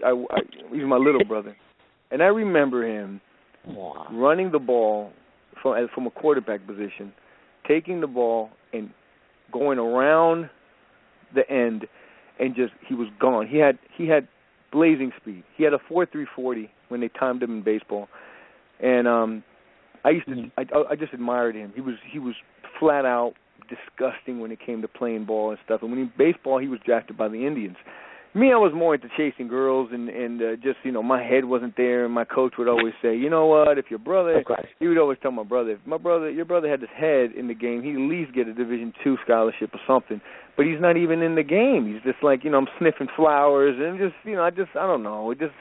I wasn't involved. But saying that to say this, when I went to try out for Reading, I mean, I always wanted to play sports. You know, I wanted to be a basketball star, and I wanted to be a baseball star. You know, we went to school, Phoenixville. A year before that, Mike Piazza graduated. And, of course, you know, he became a Dodger. He was a Met for a long time, and he became a Hall of Famer. And so, yeah, you know, we went to Reading, and we tried out, and we made the cut, man. And I was just so excited, you know. I was just like, man, this is awesome. And then, like, a week later, 2 weeks later, the Philly organization cut the whole minor league staff of the Reading Phillies, so we never heard again what happened, and, you know, it just died. You know, it kind of died. So that's one of the things I like to hold on to and stuff, that, you know, that time with the, you know, trying out for the Phillies and just, you know, winning championships over there. It was surreal. You know, we had a great ball team, and it was great. It was great. I wish I could relive those days again. Oh, I bet. And obviously, I noticed this too. You're trained in boxing and martial arts, and of course using an automatic revolver. I know those things. So physical fitness, is that one of your mental muses? Is that something that kind of just another great release for you? Because I see you do it a lot. Yeah, I you know, I don't do Muay Thai, kickboxing as much as I used to, because it's just it's real time consuming. You know, there's not a gym real close to me and stuff like that. And you know, with the kids, it's like, you know, if I say, hey, I'm gonna go to the gym to box, they're like, I want to go too. So it's like I can't, you know. I know, right? Like, yeah, so it's not like I can't, you know, I got to take them with me, and it's just like, you know, I'll be honest with you, you know, I'm not a rich man, so it hits my pockets, you know. It's like it's a good. When I was going, it was a good $80 a pop, you know. But I mean, it was $80 a pop for me. It was free, but I had to fight, you know. So I was doing smoker fights. Smoker fights is when you fight amongst different training schools in the LA area, right? It's like amateur fights, but they're called smoker fights. And and so I did that. I had like 3 fights there. I had 1 fight in Mexico, Tijuana, and I fought out there. And so I was like, I don't know, 3-1 or something like that. I wasn't too bad. But at the time I was using. So I was using and I was training, and using got the best of me. And one time I got injured, and I told the coach I would take a couple weeks off because I hurt my leg, and never came back. And then I tried to start up again as I got older, but like I said, it's like $75-$80 a pop, and I just didn't have it, And LA Fitness and 24-Hour Fitness is way cheaper than that, and I even stopped that. Now I just work out at the house. I do calisthenics, and I do some free form of bodybuilding, lifting, and that's it. I just try and stay physically fit. I try to eat right. I had a heel spur, so I can't even run anymore, which sucks because I like to run, and I can't run no more. So I had to change. I got to change up my program, to stay physically fit with these young bucks, because these young cats, they're pretty. They got some nice physiques in the acting game, and it's just like you want to stand out, And I'm not getting any younger, so it's I know exactly what you're talking about. Yeah, so I got to compete with these cats, man. It's just like, good God, it's like, and I want to look good for my age. I want the producers to say, okay, he's a good-looking dude, and even at his age, he could play something for us instead of just like he's big and sloppy. I don't want big and sloppy. I don't, you know what I'm saying? And so I want to bring something to the table besides my acting experience and my skills. I want to show them what I could do physically, So I do have plans on going back to train, maybe some half speed, sparring, but nothing major, And I forgot everything. I got to get retaught everything, I learn how to hit the bag all over again, learn how to do, like a new kid, just train all over again, start. So yeah, but it is fun. I did like that when I was doing it. It was great. I imagine so, definitely. God, look at that. Speaking of the children, as they walk through my house, I'm like, can you see I'm on the radio right now? Typical children. I'm like, okay. All right, we're going to talk Sons of Anarchy now. We'll get on that one. Because, of course, obviously, I've been so blessed to have started a whole radio show where I get to talk to all the various different guys that have been on the show and biker relative entities. And, of course, you had your stint on Sons of Anarchy. Now, my question to you was, even though it was a short stint, maybe you could tell us, some of our audience, in terms of talk a little bit about life on set, because most people, of course, adore this show, and they're like, oh, my God, I would kill to be on that set for one day. Along with maybe just a bit of talk to me a little bit about, in terms of the casting, as far as how much of a struggle was it to solidify a role on that show? Well, I mean, at the time when I went, it was like the first thing I ever did. I had some friends, Mr. Leño and Redwood and Grouch. They're from Techniques Car Club, and they were storing on Facebook that, hey man, we're out here with Sons of Anarchy. They're using our cars for the TV show, and it's this awesome experience. So I called Leonard, and I hit him up, and I said, hey man, let me get on there, man. I want to be part of that, because at the time I stopped doing music, but I still wanted to do some type of entertainment. It's in me, I'm an artist. Right. I wanted to do something, so I said, okay, this is something I can try. And I always had that fear in me, I don't want to do that. What if someone laughs? What if it's not for me? But that's what we all have. We just got to go for it. So I went for it, and he said, yeah, come on. So he got me in. It was that quick. It was the background work, And really, yeah, and I got to go in and meet Jax.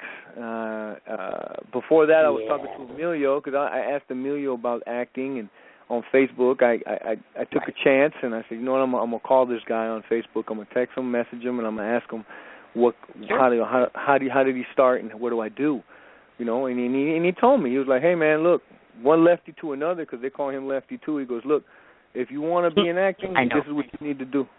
This is how you have to be. And I took it, and he goes, you need help? You need me to help you? Just keep telling me what you're doing, and we'll go along step for step. And I was like, man, this dude's awesome, man. But when I met him, I was like kind of like starstruck, and I was like, oh, man, I don't want to bother him, man. And, I talked to Jack, I talked to Clay, but to Emilio, I was like, oh, I don't want to bother the homie, and I took a picture with everybody but him. Sure. I took a picture with him, but he had his back turned. Right? But I didn't want to, I don't know, man. I just didn't want to bug him. You know what I'm saying? I didn't want to be like, hey, Emilio, what's up, bro? Remember me? I'm on Facebook and woo-woo. And I just didn't want to do all that. So I was like, oh, man. And then it was funny because I put the pictures up, and then he goes, and I took a picture with his brother, Toti. Toti was another background guy, big tattooed guy. I took a picture with him, and he wrote, you could have took a picture with me. I go, I wanted to, dog, but I didn't want to bother you, man. I said, but I you know what I told him? I said, man, I know I want to be friends, man. I didn't say all like that, but just what I meant was I'm going to see you again. And it does. And I don't want to give people that type of pressure, man. I know sometimes I feel like I know I'm going to see him again. Like Richard, I don't take pictures with him all the time because I know I'm going to see him and see him and see him. And one of these days I'll be like, hey, man, let me take a picture with you. Sure. But I don't want to be like that. I don't know. It's just me. Maybe it's stupid. But I see a lot of guys taking pictures with a lot of people all the time. And I don't know. Maybe... I don't know. I just feel like give them. I know what you're talking about, though. I'm trying to teach them. I'm trying to treat them like friends. Like I'm going to be friends with them. I'm going to be part of their life, and it's not going to be a picture that's going to say, hey, I used to know that guy. It's not going to. It's going to be like I know him because of my memories inside of me. You know what I'm saying? Exactly. And so I agree with you 100%. I do. I do. I know exactly what you mean. I remember when I first got Emilio's phone number and I had to call him up and talk to him before I interviewed him. And I'm so proud to say that, yes, Marcus Alvarez was not only on my show, a.k.a. Emilio, I made him cry on air. Yeah. That ain't easy. Man, I'm like, that is difficult. And I got to tell you, the first time I talked to him, not that he knows this because I never told him, but I was drinking when I was talking to him. I was so damn nervous. I'm like, oh, my God, I'm so intimidated. Yeah. It's him. I have to tell you right now, he is, hands down, one of the best people I know, one of the best men I've ever met, one of the most forthright individuals I've ever known. I can't wait to come to California because Yachty was like, bring your kids over. We'll have a play date. I'm like, yes. I'm like, that's absolutely awesome. I cannot talk enough about Emilio. I mean, I could talk for days about that boy. But I do have a question about that because I was looking at Sons of Anarchy, and, of course, anybody who looks at you, and I've seen the many shades of you in different suits and different outfits and different stuff. But here's my question to you. The average person who looks at you, like with your tank top on and all that good stuff, sees the tattoos, which is a perfect Sons of Anarchy sort of thing. And I'm sure you hear this all the time. How challenging is it for you to step outside of a bad boy role? Because let's face it, when you look at Wilson, oftentimes I'd be scared shitless of you if I didn't know you. So are you typecast often, or is that persona kind of gone now, meaning that you're less worried about having the same type? Yeah, I'm typecast. I mean, it's evident. Most of my roles are like bad guy roles or kidnapper or coyote. Gangbanger or boss. Mafia boss, and I have to embrace those things. Those are the things that I have to go with because they're not going to believe me if you're going to. My manager or my agent goes, hey, you know what? He's good for a dad role. They'll be like, he's tattooed. He has tattoos on his neck, and some. And basically, when it comes to those types of things, networks and stuff, they're set up in their ways, and they have their ideas, and they're not gonna, they're probably not gonna change. They're not gonna change. Like Richard, to me, is the exception. Richard is a lead at American Crime, and he's a full tattooed neck, and what I was planning on doing in my life, hopefully in the near future, I'm going to take the tattoos off my neck because, I talked to Emilio, and he told me, man, he goes, like, networks don't take people with neck tattoos, man. You got to have, you're going to be a lead or something, those neck tattoos, they can put them on you, but, they don't want that stuff, you know what I'm saying? And so, I listened to the homie and stuff because, you like my mentor, and I just was like, you know what? It makes sense, and it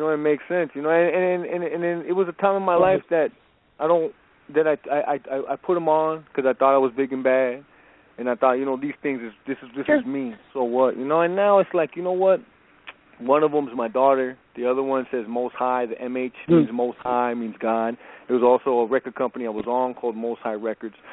And, you know, I'm done. I'm kind of done with that stuff, you know, and I want to do bigger roles, you know. But, you know, Emilio's living a great life being a bad guy. But now he's being a cop. I know, right? On Hands of God. He's on Hands of God now, and he's a cop. I know. You know, but he couldn't have got that if right? he couldn't have got that if he had tattoos on his neck. You know what I'm saying? But, no, I agree with you. And let me tell you this much, just so you know, from me to you, you are very, very parallel to him in the way you live, the way you talk, the way you act. And I'm not bullshitting you. I'm telling you right now, because it's one of the first things I thought about when I started to research you, when I started to get to know you. Because, you know, Emilio is 100% at the end of the day, I'm the family man. I'm all about family. I'll go do my gig. Everything I do is for my family. Everything that I love is my family. I'm a role model for them, etc. You remind me a lot of him, and that says a lot. I'm not going to lie. I appreciate that. I just thought I appreciate that a lot. You know, I try and Not base everything off of him and the new right. friendships I'm having with Richard and them, because I see their passion. Sure. I see their heart. I see that they wear their life on their sleeve, you know. I can't talk to Richard. Richard cries at the drop of a hat. He experiences so much in his life. He can bring that stuff back. It's incredible. I look at him, I'm like, what the hell? Is he really crying? Like over somebody else is talking about something and he's emotional.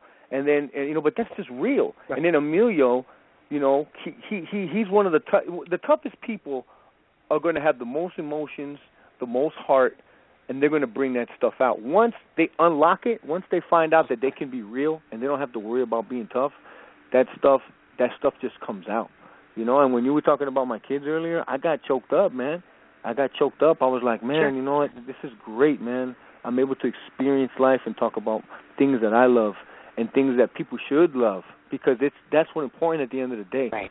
You know, not no street shit. That stuff is dead, man. You know, life has changed down here in Los Angeles, man. There's some nice offices and nice restaurants and nice bars and you know, in areas that was hood 100%. I mean, LA has changed, you know, and it's for a good thing. Right. If I was younger, I'd be like, this is bullshit, you know what I'm saying? But now it's like, I'm like, great, you know, whatever's going to make this place better, because I'm scared. Oh, no, I understand. I do, definitely. Now, we will go through talking just some personal things about you, and then I'll go through your little film career, and then we should be all set here. I want to tell people a little bit about who you are, because oftentimes, and I say this on my show all the time, they think that Wilson, because he's acting or he's writing or he's doing what he's doing, that he's larger than life and he's not a real guy, doesn't take a shower, doesn't do this or this. So I'm going to tell you people a little bit about Wilson on the personal side of things. Like, for instance, I swear to God, dude, I've never met you yet, and I will one day, but the first thing I can tell just by looking at this list, like, look, I go on his Facebook list, right, and I'm like, oh, cool, he's like me, right, because he watches, like, Godfather and Titanic and Indiana Jones and Lord of the Rings, and then I'm like, he's got Iron Man, he's got Batman, Cat in the Hat. I'm like, dude's an overgrown freaking kid. I'm like, you're like an overgrown teenage kid, or like small child. I'm like, he likes all this kid shit, and I'm like, I know you got kids, man, but I'm like, dude's admitting to Cat in the Hat. I'm like, check him out, Cat in the Hat. See the tattoo boy? Yeah. Iron Man, Batman, Cat in the Hat. I'm like, oh, my God, that's so funny. Cat in the Hat's I went on hilarious. his Instagram, and this is too funny. Yes. Oh, I know, right? Absolutely. So I'm creeping down on his Instagram, and this is, oh, my God, I left my ass off. Because I've said this. He goes in the grocery store, Wilson is, and he's taping this. And he goes up to these razors, and he's like, you said something, and it was so damn funny, alluding to the fact that freaking $9.99 is ridiculous for a razor, right? It's freaking nuts what they charge for a razor these days. I'm like, this is ridiculous. He just cracks me up because he's like, his Instagram is funny. You have an amazing sense of humor. He has a brother and a sister, which I noticed, which is good because you have family and, of course, your children and your wife. You recently became a vegetarian, which you had, prefaced before. But here's what I really want to know. Two things. What the hell is hippo life? Because he's always saying hippo life. And I'm like, what the hell does that mean? And then second of all, I want to know why they call you, it's the knuckle thing, right? Lefty. Well, lefty, I know about the lefty thing, but actually it's big lefty brass knuckles. Yep. Right. Well, it's more of an intimidating type of name. You know, when you're rapping, you ain't going to call yourself Kid Puff and stuff. You know what I'm saying? It's not going to go over very well, you know? Hey, you hear the new song by Kid Puff and stuff? Yeah, it's fucking great. You know, it's like... know what I'm saying?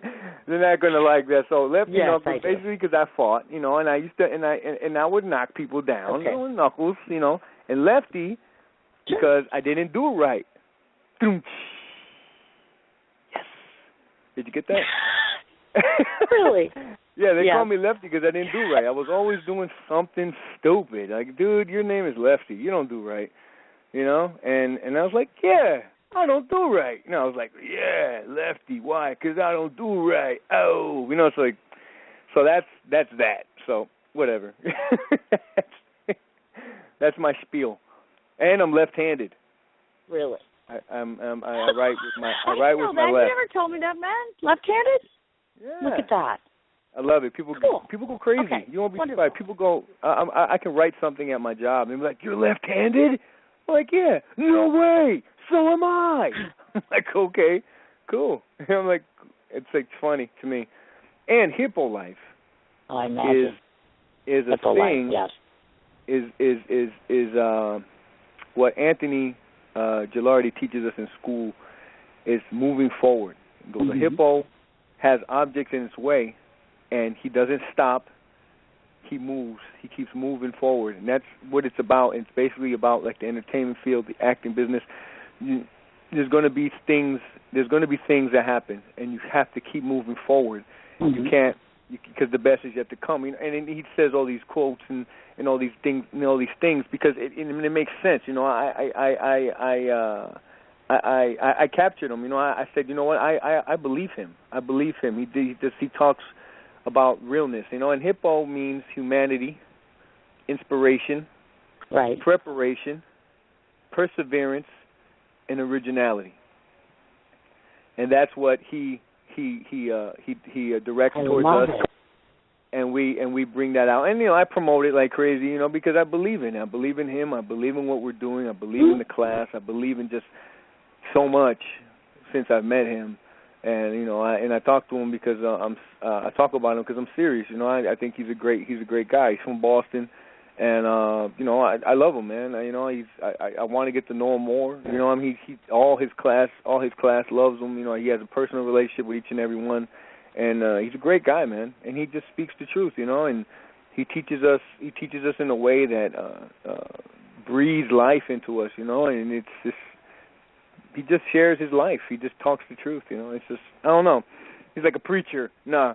But you know what I'm saying. So, yeah, hippo life is that, No, I do know what you mean. Yeah, humanity, being human, inspiration, inspiring yourself and others, preparation. You got to prepare yourself if you're going to do a task. You have to know. Even if you're going to build something, you have to know. You have to research. You have to, you know what I'm saying, perseverance. No matter what happens, you have to keep moving forward and always be original. Originality is what's going to set you apart. Your unique technique is what's going to make you. Everybody has it. You have to tap into it and be you. I can't be you. You can't be me. You can only be who you are. I can only be who I am. But and that's enough. You have a technique. Right. I have a technique, and those techniques is what sets us apart. We worry about we need to be like the other person, and we need to be like somebody else, and we don't have to be like nobody. We just have to be us and develop. And once we develop, I agree. Original. We tear be true to you are and be real. Exactly, and that's all you can do, man. And expand from there. And it's the best. And it's the best thing you can do. The best weapon you can have when it comes to whatever in life. So like I said, I'm sold on it. I believe in it, and I'm just like I said, I'm grateful, man. Life has been a blessing when I really stop to smell the roses. We're going through challenging things at times. Everybody does. Me and my wife trying to get a house. Me and my wife are just trying to make sure the kids is okay. We have enough money in the bank. We have enough money to fix the cars when they break down. And you know what I'm saying? It's just like when you stop and smell the roses, man. Yes. My kids run up to me and hug me. My wife tells me she loves me. I'm doing the best I can for my family. We're being open, we're communicating, and we're trying to love to the best of our ability. And we're doing what we want. We're dreaming and we're living. I'm dreaming and I'm living. I'm believing that things are better in life and things are going to get better. And when I look back, I've done a lot of stuff. I've done a lot of stuff. I can't say, oh, I didn't do this, I didn't do that. Oh, I could have. I've done a lot of stuff, right. And I'm grateful. And there's more to come. I know it. Sure, definitely. Now, I want to talk a little bit about your TV and your film thing before we discuss the new project, of course. I want to highlight on a couple different things. 2006, you did the Blue Hour. 2013, Hollywood Revelations. 2014, Scorpion. And then, of course, also in 2014, Out the Box, which you both wrote and were actor in, as a matter of fact. Tell me something. I'm always curious to ask an actress throughout the course of their career, TV versus film. Oftentimes, first of all, people always have the perception of, it must be so exciting to be an actor because, you walk in, you do your lines right away, et cetera, et cetera. What they don't realize is there needs to be a lot of tenacity and patience and persistence because sometimes you guys are on set, 10, 15 hours, to do a couple lines or whatever the case may be. Yes. And, of course, obviously, the scenario in filming TV versus filming film is very different, obviously. So if I were to ask you, hands down, just two questions here. First of all, out of all the performances to date, which one do you think is most reflecting of who you are personally, as well as being your best performance? And then second of all, is it your personal preference to continue doing on more film or TV, or are you just kind of across the board, I just want to act?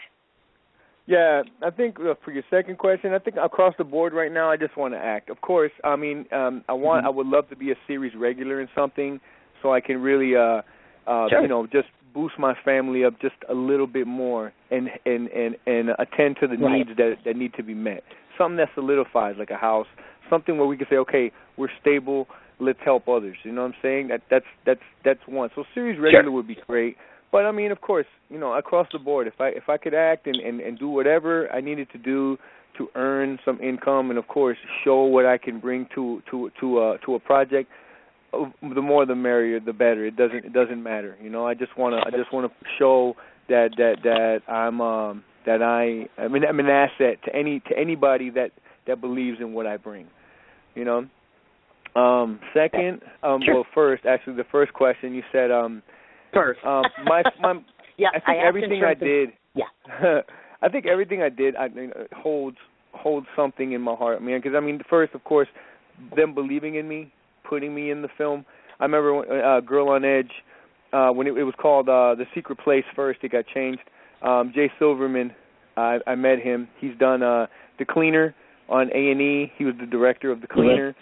And he's done a lot of big time commercials and stuff like that. Yeah, and he told me, he goes, I like you. I like who you are. I like something about you. I was going to get somebody else. It was somebody else besides you, but I said, you know what? He's going to bring it to the table. And I was just like, I can't believe this director from Hollywood who has a good rapport is telling me these things. When people tell you things, it's just like, I try not to sit like, oh my God, but it's like it's great. It means you're working to your goal. They see something. And when I did my performance and Girl on Edge with Taylor Spreitler, she's on Michelle and Joey. They just ended that season, that program, but she's also on the Amityville Horrors. I think it's part 2 is a new one coming out, and some other stuff she's doing with Shane Graham. But when I did that performance with her in that scene, he was like, "You stole everything. That performance was the performance." And I'm just like, really? Are you serious? And he's real loving. He's a big bear, so he's like hugging me and telling me like that was an awesome performance. And every time I see him, he tells me that, and it just it warms my heart because I remember a couple of years ago I wasn't doing nothing but just trying to die, and that's and then so I did Scorpion. I was with Robert Patrick, and I was with Tom, what's his name? The Finch from American Pie guy. He was going to kill me. I forgot his name. But, yeah, I know, I'm an idiot. I hate when they do that. And they get so mad about that. I hope he doesn't hate me for that, but stop calling him Finch, But, he's going like, I'm not Finch. Like, sorry, I forgot your name. That's okay. You suck, Will. It happens, deal with it. Yeah, and doing that show, even though I only had a couple of lines, it was a co-star role. It was awesome. I got to see Finch. I got to see him act, and I got to see how he does his process, and I got to see how he does his takes, and he was awesome. I just sat there and I watched him. Then I saw Robert Patrick do his thing, and we shared a couple of laughs together. And the guys just gave me nothing but confidence. Kathleen McPhee was there, and Elias Ely. He's another guy, one of the leads from Ian, and Elias is also one of the leads on A Scorpion. All those guys are very warm-hearted, very outgoing, very positive, and always gave me great feedback, and always told me that I'm going to go far. And I take those things, and it's just, it's a blessing. It's a blessing, And one last one. There's plenty of them, but there's one last one. Okay. Well, there's two. I'm sorry. Out the Box that I did with Richard and the guys from Lineage Entertainment, Ken Black, Tui Asao,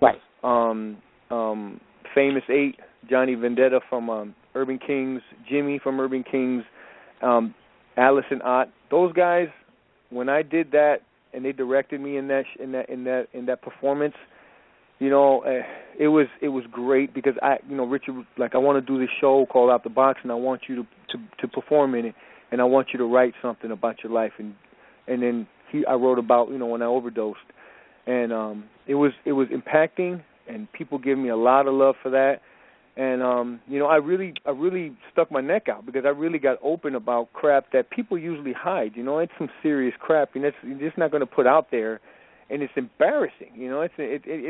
But it's not no more. It is what it is. It's my life, and this is what makes me and makes my technique great. Because I'm not afraid to share who I was and what I did and what I am now. And the last one I did was Death Cry with Jenna Bleeker, Quincy, Amina, and Dave, the director.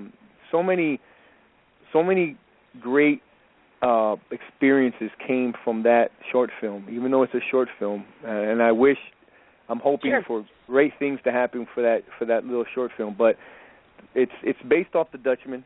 Jenna wrote it, and it was great because the people from the class, not only did she fund the money through Kickstarter, and we got the money plus like a couple hundred extra, but I was all in. I was promoting it with her. She was doing her thing promoting, and people got behind the project and funded it for us.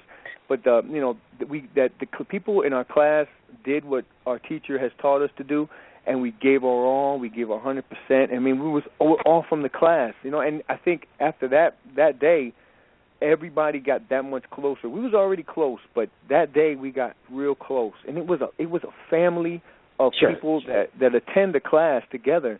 And the fact that we got to do it together was an awesome experience I'll never forget.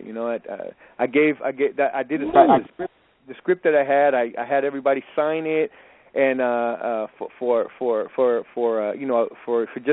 a present, I gave it to my coach the other day because he has like a Hall of Fame thing that he has in his room, and I said, hey, would you want the script? He goes, oh, dude, are you serious? I go, yeah, and I gave it to him, and it's just giving back, man. Like he does so much for us. He doesn't even understand, what he does for me. I really hold him in high regard. As you can tell, I talk about him in this class all the time, and because I love what he does for us, and he's really changed my life more and more every day. So yeah, those are so much more stuff I could talk about, but those things are things that stand out for me. Yeah.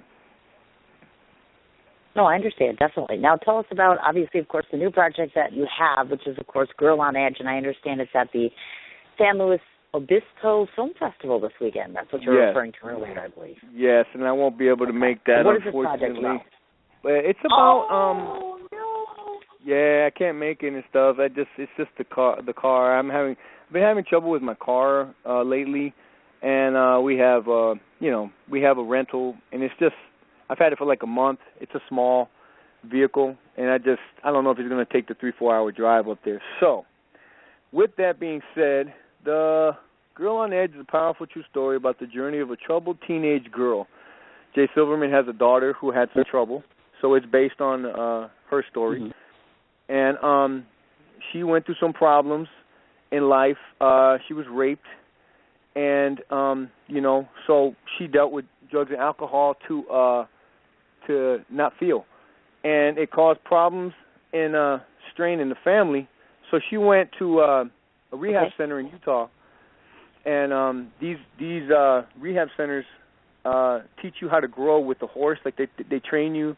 They teach you how to work with a horse and kind of share emotions and share a different interest other than yourself. Kind of get you out of yourself.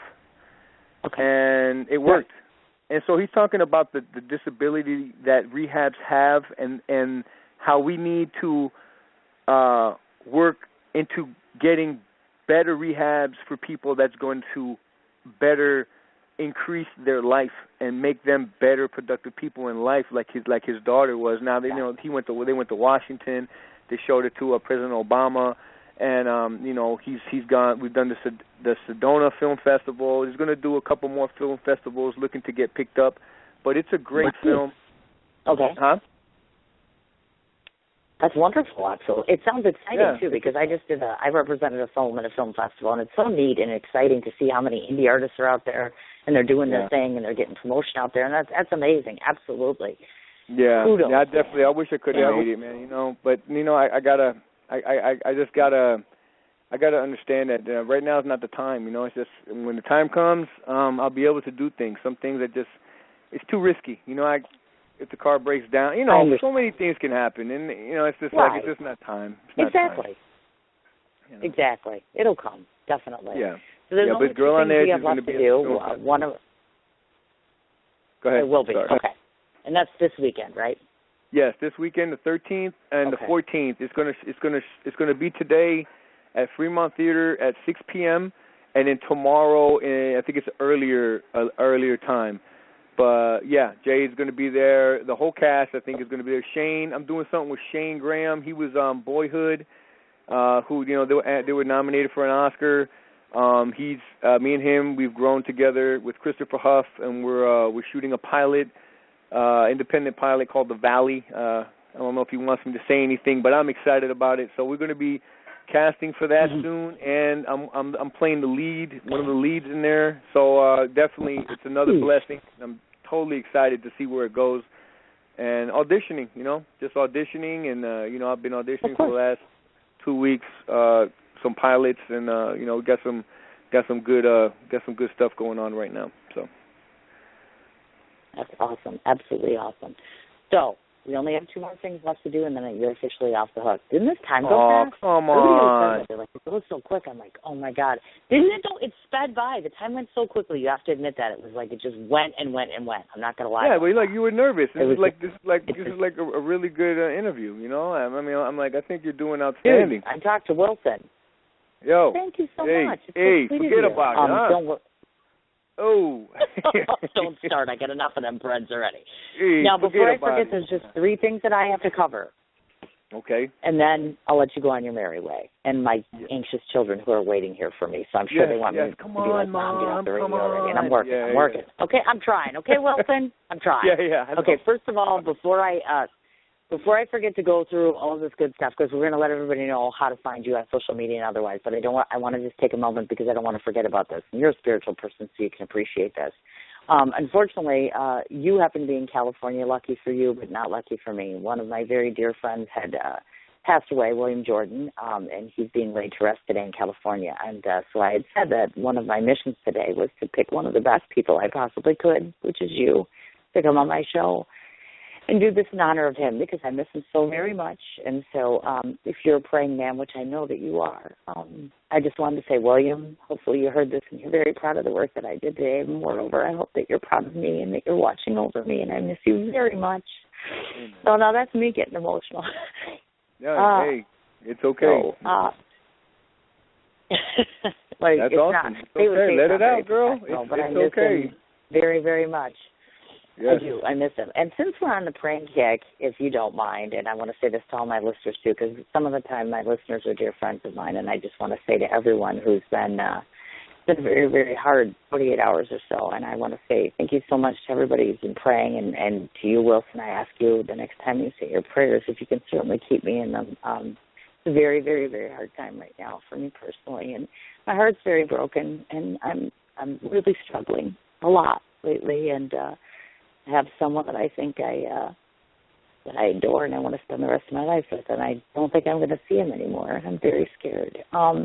And there's lots of other things, but just keep me in your prayers if you would, big guy. I would appreciate that very much. I would. Write down the stuff that you want me to pray for, and definitely, I will definitely pray for you. I'd appreciate you and my wife will pray. I mean, like I said, we work hard at being grounded and staying focused with the Lord and stuff. I'm not perfect, but I am human, you know, and I am spiritual. And yes, of course, no problem. Thank you. I appreciate that, definitely. And I'll send you a message when we get off of here. Now, before I forget, you can find Wilson at the following places. You have a personal page, but I know that you have an actor/director page, but it doesn't look like it has your name on it. Is that right? Is that the IMDb page? No, it's different because it's like it's a Facebook thing. Because I scrolled down on Facebook, it's a ways down, and you were looking to get 1,000 likes or something like that. So I liked it, and I'm like, it says actor/director page, but it doesn't say your name on it. But it is a Facebook page. Yeah. That one. I don't know what's up with that. Somebody made that for me. Yeah, but actor Wilson Ramirez. That's one of the pages also on Facebook to promote me and stuff, and just get my name out there. Of course, I mean you have to do some kind of networking and promoting to get your name out there and stuff. So yeah, that's one of them. Of course, Facebook. You can look me up at Wilson Ramirez. Huh? Right. And then IMDb. You're on IMDb, of course. Your IMDb. Profile. And IMDb. MySpace, which you didn't know existed, or you thought was gone. MySpace is out there. And then Instagram, Big Lefty 71. Yeah, Instagram, Big Lefty 71. Of course, I always share some great stuff on there. And going back to IMDb, if you guys look me up, Wilson Ramirez, and you guys scroll down to the right, you'll see a Facebook like if you can like it. If you guys, it has like 650 likes. If you add it, if you keep liking it, it's great because my star meter goes up. And when my star meter goes up, it puts me in different brackets. I remember when I first started, I was like at 300, 400,000, and now I'm at like 50, 60,000. And it's always good. It takes no time. You just click it, and it just gets my star meter up there, you know. And then it makes anybody that's looking at it. Sometimes directors and producers have booked people, my friends, because of their star meter and what they're doing through their resume. So it's always a possibility, and it's always a good thing. And of course, you get to see some stuff that I'm doing. My resume that's accurate, what I'm doing and what I've been doing and what I'm going to do. And you get to see some pictures and stuff like that. And you get to read about me and my story. And it's great stuff. Wonderful. Okay, now I just have two more questions. I have one question, and then I'm going to tell you what I think of you. That's standard protocol. On Cindy's show, the last thing she ever tells you is what she thinks of you. So I always get to tell the guests what I think of them, so you have to be sitting down for that. But the last question I have for you before I get to that is this. I'm not sure if you knew this, but obviously, of course, I'm casting for my first film, which you wouldn't qualify for because you're not female, and you may be a Harley rider, but you're not female. So therefore, you wouldn't classify that. But in the course of 2 years, I'm doing three more films. So I would be honored if you would consider at some point in time if I knocked on your door and I said, hey, Mr. seemingly tough-looking guy that swears on my show a lot but is a really super guy, would you be in one of my productions? Would you turn me down? Or no? I would not turn you down. I would definitely say yes, and I would love to be part of it and stuff, It's a go. Sign me up. Just put me on the list. Leave me on the chalkboard. Happy dance. Happy. Thank you for even thinking about me. Now I get to tell you what I think of you. Oh, my God. What, are you kidding me? You know what? Hey. You know awesome. And I know. In the first 5 minutes of getting to know someone, you automatically know, at least in my world, I already know who I want to deal with and who I don't want to deal with. And I can tell you right now, I've been watching you for a very long time. I've waited a long time to get you on my show. And there's a reason why I ask people. And I don't ask everybody, but I ask the people that I want because you know why? Friends have each other's back, and every production of mine will have all of my friends, everyone I've ever interviewed, anyone that I'm friends with, my children. Very important to me that I keep what I love close to me. As simple as that. So on that caveat, now you're going to sit and listen to me for 2 minutes, and I'm going to tell you what I think of Wilson Ramirez. And then I'll let you go. And if you cry, I swear to God, because it killed me when Emilio cried. I'm like, this is just driving me nuts. So to those of you that are listening on the show today, these are my impressions. See, you've talked me out now. Now my kids are going to have nothing to talk about with me. Wilson Ramirez, these are my impressions of him. First time I ever saw his picture on Facebook, I looked at him with all these tattoos, and I kept looking, and I'm thinking, damn, I know that guy. He acted on that one film, and I couldn't think of it. And frankly, I'm not going to lie. I was afraid to friend the guy. You know why? Because he looks mean as hell, and he has this disposition on sight when you first look at him that makes you want to think to yourself, this is some badass guy here. And I'm like, okay, I'm going to dig a little deeper and see. The very first 2 or 3 conversations that I ever had with this man, I must tell you, were probably the most respectful, the most humble, and the most kindest conversations I've had with a working actor. He is the pinnacle, absolute pinnacle of priding himself on being the best possible man he can be, whether he's communicating with you in a text message, on Facebook, email, or otherwise. He prides himself on being the best and taking the blessings, and that is the best word that you always use, taking his blessings and using every single one of them to his advantage. He has such a blessing within his home life in that he has the biggest and best inspiration there. He doesn't take it for granted. He uses that energy, that power, and that passion that he gets from being loved at home, and he takes that love and he takes that skill and that talent and he transforms it every time he walks into a stage, onto a screen, onto any form of a presentation, even on this radio show today. He is 100% on game all the time. He is persistent in his pursuit to make himself the best man he can be. Now that encompasses being an actor or a writer or a husband or a father. He is the best at what he does all the time because he puts 100% heart into everything that he does. His tears are real. His emotion is real. His struggle is real. Everything about him is genuine. And one of the best parts of being able to toot his horn for him is that I don't think he toots it enough for himself.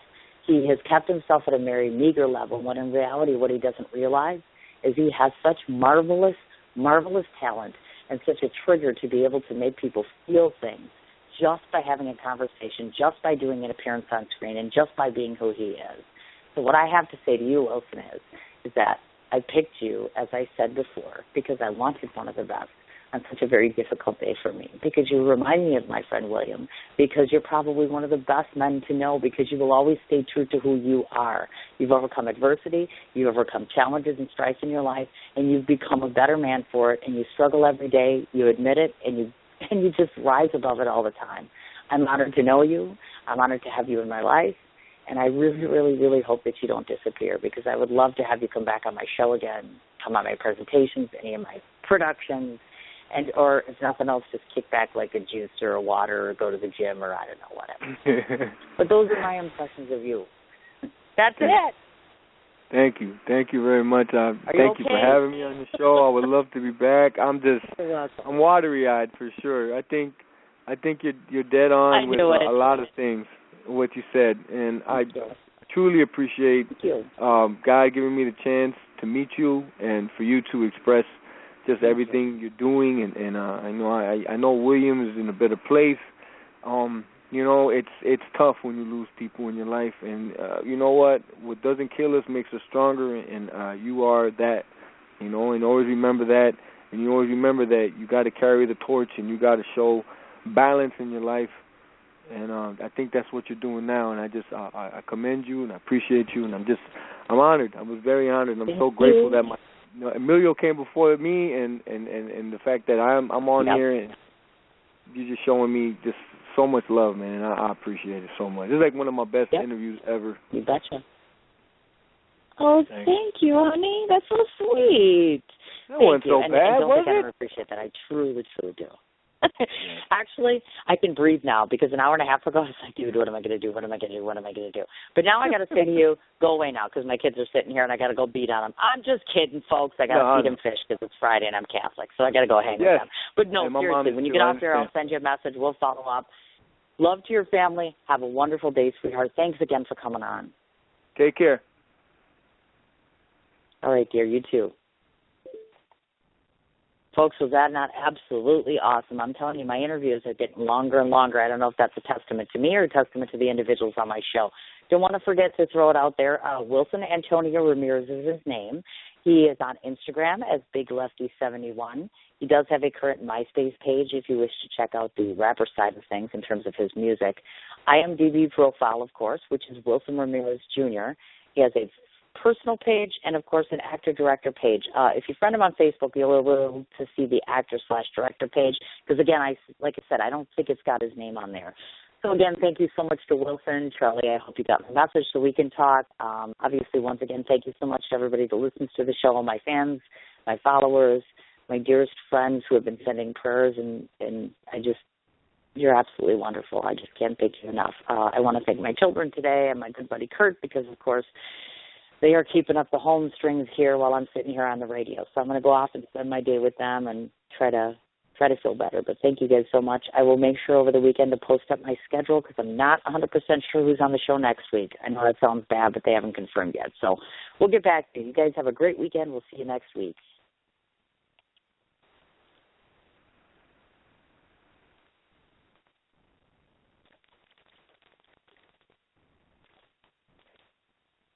What you doing? Ran out of space on my phone, so I'm deleting some stuff. By singing dog. By goal. I pronounce you. By wedding ceremony. Stop. At Metro PCS, you get 2 free phones with twice as much memory. Really? Don't say bye to your memories. Switch to Metro PCS and get 2 free LG K20 Plus phones with 32 gigs when you switch 2 lines. Metro PCS. Wireless. Figured out. Coverage not available in some areas. Sales tax not included in phone price. Excludes numbers on the T-Mobile network. See store for details and terms and conditions. What you doing? Ran out of space on my phone, so I'm deleting some stuff. By singing dog. By goal. I pronounce you. By wedding ceremony. Stop. At Metro PCS, you get 2 free phones with twice as much memory. Really? Don't say bye to your memories. Switch to Metro PCS and get 2 free LG K20 Plus phones with 32 gigs when you switch 2 lines. Metro PCS. Wireless. Figured out. Coverage not available in some areas. Sales tax not included in phone price. Excludes numbers on the T-Mobile network. See store for details and terms and conditions.